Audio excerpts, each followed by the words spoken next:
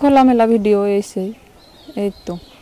তারপরে যে ওই আমার বিয়ে হতে দেয়নি। চাঁপাইনবাবগঞ্জে বিয়ের দাবিতে এক প্রবাসী প্রেমিকের বাড়িতে অনশনে বসেছেন এক ডিভোর্সি নারী।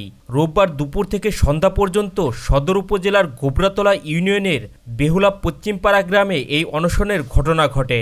তানজিমুরের ছেলে প্রবাসী ইমান আলীর বিরুদ্ধে প্রতারণার অভিযোগ করেন এই নারী। কিন্তু ওই যে বিয়ে করেছে এটা তো আমাকে বলেনি।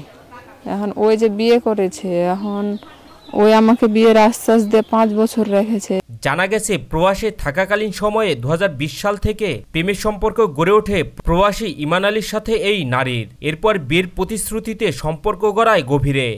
আমি তো ভালোবাসি, আমি তো বিশ্বাস করে ভালোবেসে ওর সাথে আমি কথা বলেছি। এমনকি ইমাম আলী দেশে ফিরে এই নারীকে নিয়ে বিভিন্ন জায়গায় ঘুরতে যায়, এমনকি অন্তরঙ্গ সম্পর্কে জড়ায় তারা। এরপর এই নারীকে না জানিয়ে শিবগঞ্জ উপজেলার এক নারীকে বিয়ে করেছেন প্রবাসী ইমান আলী। গত শুক্রবার তাদের বিয়ে সম্পূর্ণ হয়েছে।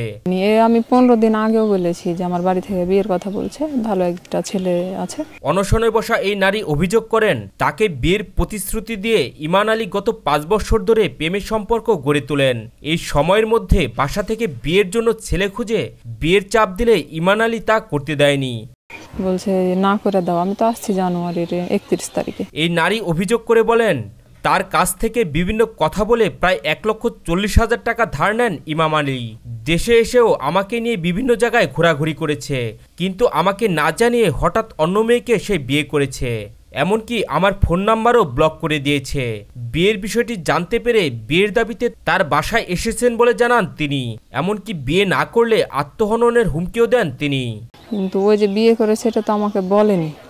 এখন ওই যে বিয়ে করেছে, এখন ওই আমাকে বিয়ের আশ্বাস দিয়ে 5 বছর রেখেছে। আমি এখানে জীবন দেব। এ বিষয়ে অভিযুক্ত ইমান আলীর সাথে একাধিকবার যোগাযোগ করা হলেও তিনি ফোন রিসিভ করেননি।